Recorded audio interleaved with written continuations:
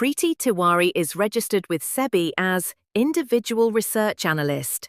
Any matter displayed in this are purely for knowledge purpose and shall not be treated as an advice, opinion of any kind. Investment in securities market is subject to market risks. Read all the related documents carefully before investing.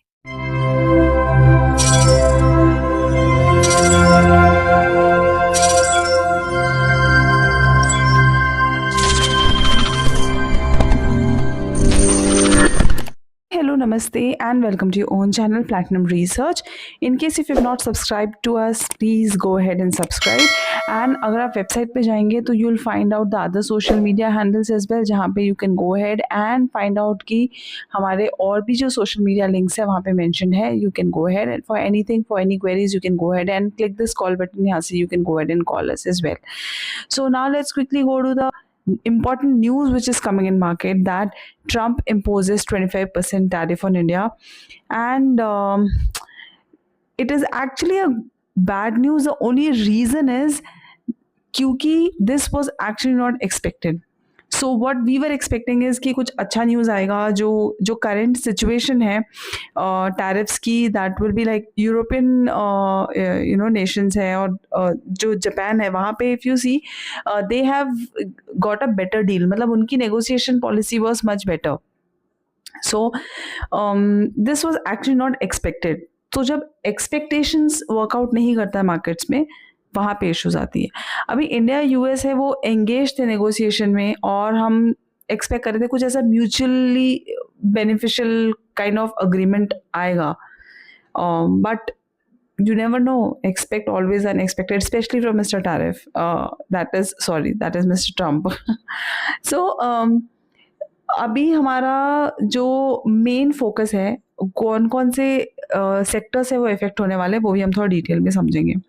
So now let's read out this, that Trump imposes penalties on India over Russian dealings, and also new tariff threaten trade talks partnership against China. अब यहाँ पे क्या होता है, हमारे पास एक as था केमिकल स्टॉक्स में, तो स्पेशली केमिकल स्टॉक्स में थोड़ा इशू हो सकता है कल, क्योंकि इफ़ आई सी चाइना के एक्सपेक्टेशंस में अगर हम यहाँ पे जो हमारे टैरिफ्स है वो अगर बढ़ते हैं तो the cost would be heavier. So definitely it will impact the business. अभी जो statements आ रहे हैं वो ये आ रहे हैं कि they will try, means the Indian government will try to see in case if they can still take some step to secure national, जो भी national interest है हमारा, मतलब आगे अगर ये कुछ और soften हो जाए, you never know, but yeah, and what actually US says is कि हम भी उनके ऊपर काफ़ी बड़ा टैरिफ इम्पोज करते हैं. So that is the other problem. So that is also a reason कि हमारे ऊपर ये जो percentage of tariff है that has been imposed. So the other reason of this getting more worst is, यहाँ पे एक आप line देखें, we like they say that as well as an unspecified penalty for buying Russian arms and oils moves that could strain relation with the world's most populous democracy. अभी क्या हो रहा है कि just because we were getting the energy और equipment का, like defense equipment का supply from them, like जो हम उनसे buy कर रहे थे, that is also what is not been taken in a healthy mode by the US government. So ये भी एक problem है. Now if you check the entire detail, the another diplomatic statement is, while India is our friend, we have over the years done relatively little business with them because their tariffs are far too high, amongst the highest in the world, and they have the most strenuous and obnoxious non-monetary trade barriers of any country, Trump wrote in a Truth Social post. तो उनका ये बोलना है कि whatever you are going ahead and whatever you are doing, this is the reciprocal. Also they said that they have always bought a vast majority of their military equipments from Russia, जो भी हम discuss कर रहे थे, and are Russia's largest buyer of energy along with China at a time when everyone wants Russia to stop the killing in Ukraine and all things not good. So यहाँ पे कुछ मुझे लगता है जो समीकरण है, जो इक्वेशन है, वो बिगड़ गए हैं. और इसकी वजह से we could not actually conquer a better negotiation, या हमको एक अच्छा डील नहीं मिला। सो ठीक है, अभी अगर हम क्विकली जाके एक बार एसजीएक्स निफ्टी पे देखते हैं तो एक बड़ा 150 पॉइंट 120 पॉइंट का डाउन साइड दिख रहा है चार्ट्स पे क्लियरली। सो कल के लिए अगर हम गैप डाउन होते हैं तो कैसे प्रिपेयर करना है, that we will talk later. ना इसके अलावा एक और इम्पॉर्टेंट अपडेट है, वो है यूएस का fed meet. So it is already like scheduled today, and experts anticipate that the central bank will keep the interest rate unchanged and its current level amid the economic uncertainties and Trump tariffs। अभी Trump tariffs लगा ही इसलिए रहे हैं क्योंकि उनको ऐसा लगता है कि उनका जो इकोनॉमिक डिसबैलेंस है that can be actually better in case if this tariff thing is going on. So but you never know that how एक पॉजिटिव कमेंट, एक बहुत न्यूट्रल कमेंट्री आए लेट्स से फ्रॉम एफओएमसी और meet के बाद, और फिर यहाँ पे ट्रम्प की कोई अचानक से एक पॉजिटिव कमेंट्री आ गई। So that has to be not to be ignored. And inflation और जीडीपी के ऊपर वो क्या अपना एक डिटेल व्यू देते हैं, उसके ऊपर क्या कमेंट्री करते हैं, वो देखना भी इम्पोर्टेंट है। सो 11:30 बजे के बाद you will get this. I am making this video at around 11 AM, so I am not covering this, but अगर आप 2-3 चीज़ें कनेक्ट करेंगे ना, जैसे ग्लोबल अपडेट्स हैं, जो भी हमारा यूरोपियन मार्केट्स है, how it is trading, US markets में क्या न्यूज़ है। सो हम वीक तो हैं, इफ़ यू से अगर हम अपने टेक्निकल्स देखते हैं निफ्टी के, बैंक निफ्टी के, तो हम थोड़े वीक तो है, but at the same time we just can not ignore what is happening in global markets. Possibility is there that कल हम गैप डाउन ओपन हो और बाइंग आ जाए। सो या we need to take a lot of thing in consideration. बस सिर्फ Nifty का level देखा और ट्रेड कर लिया, that is not possible. Now let's also quickly look into one more thing. अभी क्या हुआ है, जेन स्ट्रीट का जो एक न्यूज़ था जो चला ही आ रहा था कि इनके ऊपर मैनिपुलेशन एलिगेशंस थे, अभी they have just what they have done is कि उन्होंने जितना भी पैसा भरना था उनको as a penalty, that they have done. Now they are still in trading ban. मतलब उनका जो फॉर्म था 48.4 बिलियन रुपीस का, उनको लग रहा था कि इन्होंने जो भी एंटायर किया है उसके ऊपर इतना पेनल्टी होना चाहिए, that they have already deposited. Now they are kind of not actually trading right now, they are still banned। तो from the future options, मतलब ये वाला जो मार्केट है वहाँ से वो अभी भी बैन है। And let's see how this goes. And अगर हम यहाँ पे मूव देखते हैं मार्केट्स में तो वॉल्यूम कम है। जब तक वॉल्यूम नहीं आएगा मार्केट में एंड जब तक हमारे पास एक बहुत अच्छा डिसेंट रेंज से हम बाहर नहीं निकलते, तब तक आई थिंक स्कैल्पिंग पे थोड़ा ज़्यादा ध्यान रखिए।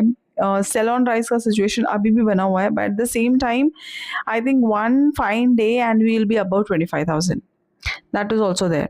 सो अभी ये जो 2-3 न्यूज़ है that how Jane has not been in markets and the volatility, or you could say a big volume game is not happening. Apart from that, जो हमारा FOMC का मीट का move we are still expecting in US markets, and this Trump hit, तो काफ़ी ऐसी चीज़ें हैं जो आपको डॉट्स कनेक्ट करने पड़ेंगे, वेट करना पड़ेगा if how the things are working out, how things are actually shaping up, और कुछ भी random करने की जगह you can just wait। now अब हम देख लेते हैं कि कौन से स्टॉक्स है जहाँ पे हमको एक there could be a major blow। so as I said, chemical of course, and then pharma। So pharma इसलिए क्योंकि US accounts for over 50% of Indian pharma exports. तो ये एक ऐसा सेक्शन है जहाँ पे आपको अभी काफ़ी तेज़ी मिली थी, तो यहाँ पे थोड़ा प्रॉफिट बुकिंग बनता है। और अगर ये न्यूज़ है तो कल आपके फेवरेट स्टॉक आप ट्राई कर सकते हैं अपने एनालिसिस के हिसाब से, how do you want to go ahead and trade. Also textile में भी एक इम्पैक्ट दिख सकता है, बिकॉज कॉटन पे अगर जो टैरिफ हाइक लगेंगे, of course into multiple sections they are doing this. So वहाँ पे अगर होता है तो डेफिनेटली कॉटन टेक्सटाइल्स या अपैरल्स जो है वहाँ पे you can look into that. And apart from that जो ज्वेलरी सेक्शन है, आपका केमिकल मैंने आपको कवर कर ही दिया, that because of China getting an edge, because we were already having an edge over it, but ठीक है, now China can take over that, so that is a thing. Apart from that जो minimum impact companies है वो मैं आपको हमेशा बता चुकी हूँ. तो जो हेज करने लायक जो बिजनेस है that is FMCG. So let's quickly get into Nifty FMCG index and let's see कि हमारे पास यहाँ पे क्या लेवल्स हैं जो इंडेक्स के ऊपर आपको बाइंग मिलते हैं. सबसे पहले तो एक बढ़िया चीज़ देखने को मिल रही है कि ऑन आर्ली टाइम फ्रेम पे closed above an hourly 21 EMA के ऊपर. Now let's check on a daily time frame. तो डेली टाइम फ्रेम में हमारे पास एक रिवर्सल का दिख रहा है. So there has been 3 follow up candles in green. So आप यहाँ पे एक प्लान कर सकते हो FMCG इंडेक्स के साथ. जो भी ट्रेड करोगे आप, make sure that you have relative index with you. तो लुक्स गुड. तो यहाँ पे which stock can do better, आपका favourite ITC. You can go head and check out ITC का चार्ट. You can definitely check out Colpal, क्योंकि Colpal ना एक डाउन ट्रेंड में था after the multiple moves. So यहाँ पे इफ यू सी कोलपाल में डेली में there has been a doji है ना green candle, kind of morning star type का एक पैटर्न है. तो यहाँ पे आप देख सकते हो that how this can move. Daily time frame पे as I said that profit booking हुआ था एंड देन यहाँ पे एक मूव मिल सकता है. Let's quickly get into a weekly chart of Colpal. एक बार आप कोलपाल वीकली चार्ट भी देख लो. सो आई थिंक उतना बढ़िया नहीं लग रहा वीकली पे भी. And let's check monthly as well. Oh right, okay. So यहाँ पे एक रेजिस्टेंस पहले भी था 38, 40, 50 जोन्स के आसपास. एंड मंथली में 21 EMA का सपोर्ट है which is around these levels 2126. So I think not in cash, not in options, but in futures or in cash if you wish to. Please अपना analysis कर लीजिए. There is no buying recommendation out here. Please do that. Also IT बहुत बुरे results के बाद you have seen that it has done very bad. मतलब कुछ move मिला ही नहीं उधर पे. So if I look at LTIM का chart, let's check out. So this is LTIM and this is a hourly chart. एक बार let's quickly get into daily chart as well. Wow, daily में तो this is looking good to me. So आप एक बार anything और the first resistance would be around these areas in LTIM, that is 5200 के ऊपर एक अच्छा लॉन्ग का setup you can find out and check. वहाँ पे हमारे पास एक ट्रेंड लाइन का ब्रेकआउट भी मिलेगा. So I am just telling you this random stocks so that you can go head and check out कि आपको कहाँ पे आपके एनालिसिस के हिसाब से एंट्री मिल रही है. As I said again that there is not a buying reco at all. Please make sure that you are going head and doing your own analysis. So this is it. I think SGX Nifty के हिसाब से अगर हम trade करेंगे तो morning में चीज़ें बहुत डिफरेंट दिखने को मिलेंगी, क्योंकि as I said FOMC meet का भी आउटकम आ जाएगा बाय द टाइम ये वीडियो पोस्ट हो जाएगा. तो वो भी ध्यान में रखिएगा how European markets and everything is trading. कल है निफ्टी, बैंक निफ्टी, फिन निफ्टी और मिड कैप निफ्टी की expiry. So this is how Nifty is looking on a daily time frame. Anything below these zones is short in Nifty. हालांकि daily time frame पे हम 21 EMA के नीचे बंद हुए हैं and that this is almost the 4th session जहाँ पे हम 21 EMA के नीचे क्लोज हुए हैं. Let's look at weekly time frame as well. तो weekly time frame पे हम हैं बहुत बढ़िया सपोर्ट लेवल्स पे, बट वीकली में जो हमारा सपोर्ट लेवल्स है वो काफ़ी नीचे है. 24,600 का अगर लो ब्रेक होता है 24,500 is like undeniable kind of zone. 24,500 very easy can come. तो अभी आपको वीकली और डेली टाइम फ्रेम पे सपोर्ट लेवल्स दिख रहे हैं. लेट्स अज्यूम अगर हम पुराने लो के आसपास कहीं पे ओपन होते हैं which is around these areas 24,600, आप you can check out in case यहाँ पे कोई बाइंग अपॉर्चुनिटी है क्या। और क्योंकि कल एक्सपायरी है, बहुत बड़े रेंज पे कल का लेवल डिसाइड करना इज डिफिकल्ट, तो हमारे पास 24,894 का जो लेवल है that could act as resistance. एक फ्लैट ईएमए शो करता है या तो एक अच्छा ब्रेकआउट आने वाला है या तो इस लेवल के नीचे ब्रेकडाउन आने वाला है। सो हमारा ओवरऑल जो रेंज है वो है 24,894 टू 24,600। अगर मैं 24,600 के लेवल को और बाइफिकेट करती हूँ और अगर और स्मॉलर टाइम फ्रेम पे अगर आपको एनालाइज करके दिखाती हूँ, सो विल फाइंड आउट कि हमारे पास यहाँ भी कहीं पे एक सपोर्ट जोन है विच इज़ 24,771। सो हमारे लिए कल के लिए 3 लोकेशंस और यू कुड से 3 करंट जो important levels होने वाले हैं, it is around these areas 24,600, 24,771 and 24,894। ये 3 important जो लेवल्स है इनको आप मार्क कर लीजिए, दैट में help. Let's quickly check bank Nifty as well. अब बैंक निफ्टी में क्या रेंज काफ़ी बड़ी हो गई है, तो यहाँ पे हमको इसको बहुत छोटे लेवल्स पे भी मार्क आउट करना पड़ेगा। और I think if you follow me on Telegram, अगर नहीं है तो लिंक बायो पे दिया हुआ है, please go head and check out. अगर आप स्मॉल लेवल्स पे if you go head and check out तो भी आपको दिखेगा। और मैंने पहले भी बोला हुआ है कि 56,220, 30 zones are very important. Range काफ़ी बड़ा है 57,200 टू 56,200, ये आई थिंक मैंने पहले ही बता दिया था एक डिटेल में। Now let's quickly check out one thing कि कल के लिए क्या लेवल्स हो सकते हैं। So let's assume that we go head and open around these areas.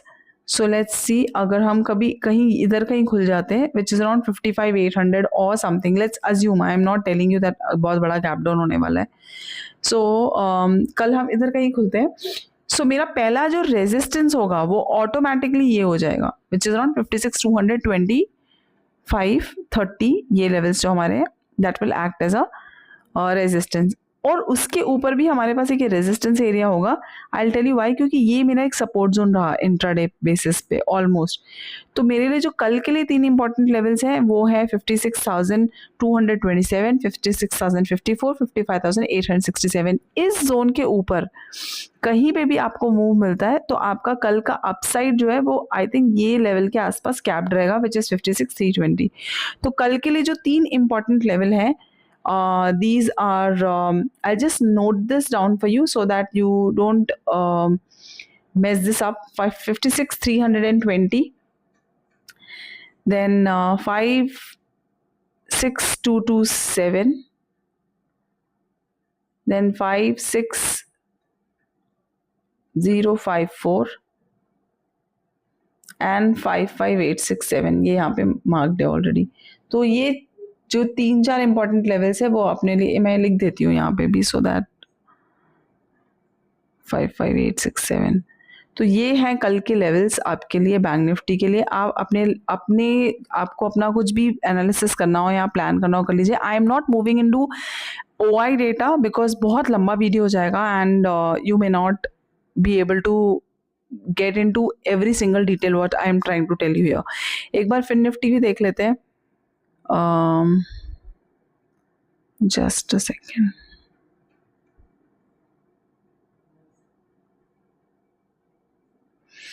So this is FinNifty and so FinNifty में एक अच्छा रेंज है, रेंज ब्रेकडाउन मिला तो अगर हम बहुत छोटा रेंज देखें तो यहाँ पे continuous it was like trading in range.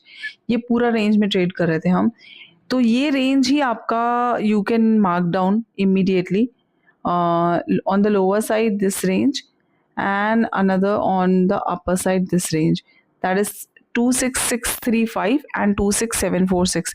ये रेंज का ब्रेकआउट का जो लेवल है वो आप कैलकुलेट कर सकते हैं as per the theory, and on the down side also you can calculate.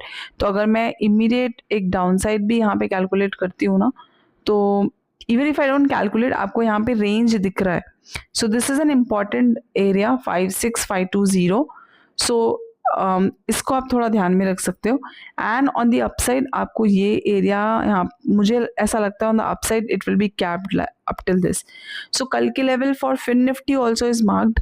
You can just if you want me to write this down, I'll write this down for you, which is 26828 26828 तो शायद ही on screen दिखे। 26746 26635 and another one is 26520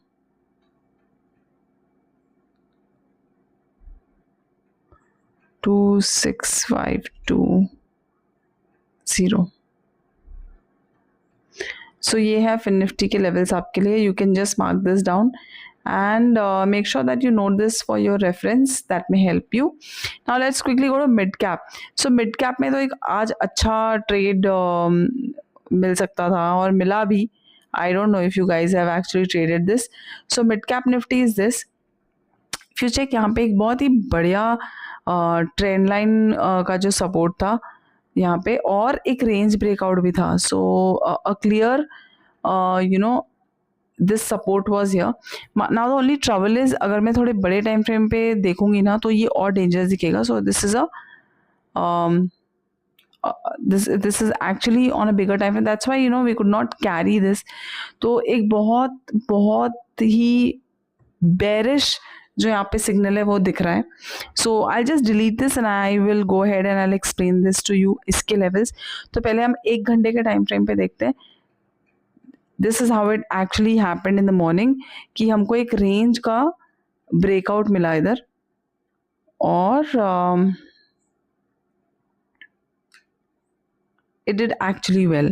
All right, so now let's quickly get into what is possible for tomorrow। तो ये वाला लो sustain करना तो important है, but आप एक बार डेली टाइम फ्रेम पे देखोगे तो you will understand why this low, क्योंकि ये वाला जो लो है ये लेवल्स में पहले भी हमारे पास एक सपोर्ट रहा है। So this is an important zone for mid cap Nifty. So mark this as a very very important level 12824 and on the upside ये वाला जो जोन है ये स्मॉलर टाइम फ्रेम पे हमारे लिए ये लेवल भी इम्पॉर्टेंट है, क्योंकि यहाँ पे हो सकता है कल हम गैप डाउन इधर खुल जाए 12,900 के आसपास। Let's see around these levels 12896। तो हमको ट्राई करना है कि हम इमीडिएट यहाँ पे जंप ना करें। अगर हमको कुछ इधर मिल जाता है सो लेट्स चेकआउट कि यहाँ पे हमको कुछ बाइंग का अपॉर्चुनिटी मिलता है। Now this is a weekly chart in mid cap Nifty. If you see मेरा जो डाउन साइड है वो भी इधर लिमिटेड है, इट इज अप टू 12656।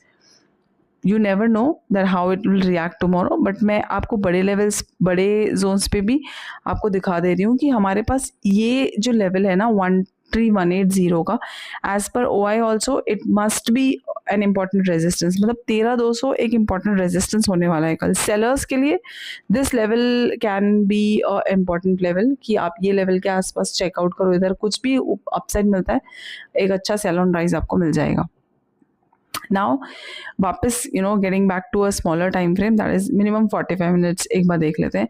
सो मेरा कल का ट्रेड प्लान और आपका कल का ट्रेड प्लान आपके एनालिसिस के हिसाब से, I don't know what and how are you doing.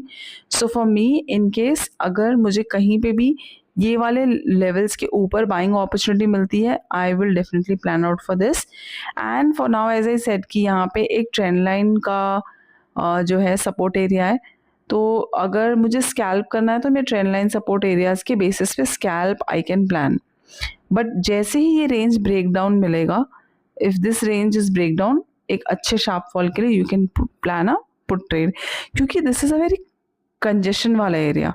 ऐसे कंजेशन में जब आपको शॉर्ट मिलता है तो आपको एक बड़ा short. And I have seen mid cap Nifty doing extremely well on expiry days, so one of my favorites to trade on expiry days।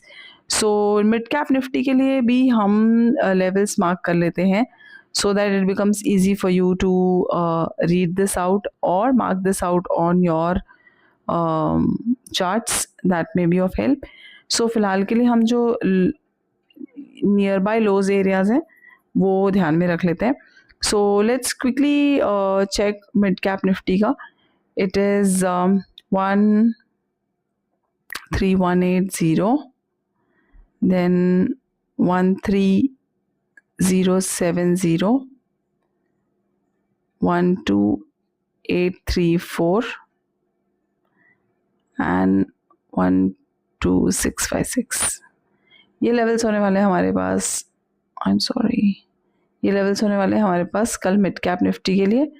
So please ध्यान में रखिए एंड मेक श्योर दैट जो भी लेवल्स आप mark कर रहे हैं अपने ट्रेड पे, आप उसको OI से सिंक में रखिए, because OI can definitely change the entire mood off markets in between. और और ये मैंने पहले भी बोला हुआ है कि अपने जो ट्रेडिंग है उसको मल्टीपल पार्ट्स में डिवाइड करिए, एक साथ नहीं कि आप पूरा दिन एक ट्रेड लेके बैठे, प्रीमियम इरोड हो जाता है। So make sure that either you have the first half और the second half as per your choice and then trade.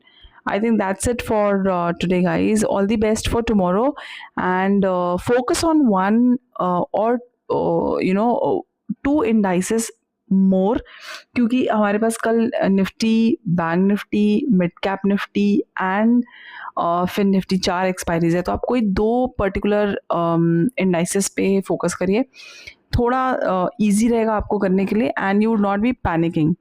So my major focus would be mid cap nifty, as I said, and bank nifty. So all the best, and see you all tomorrow in live markets. Good night.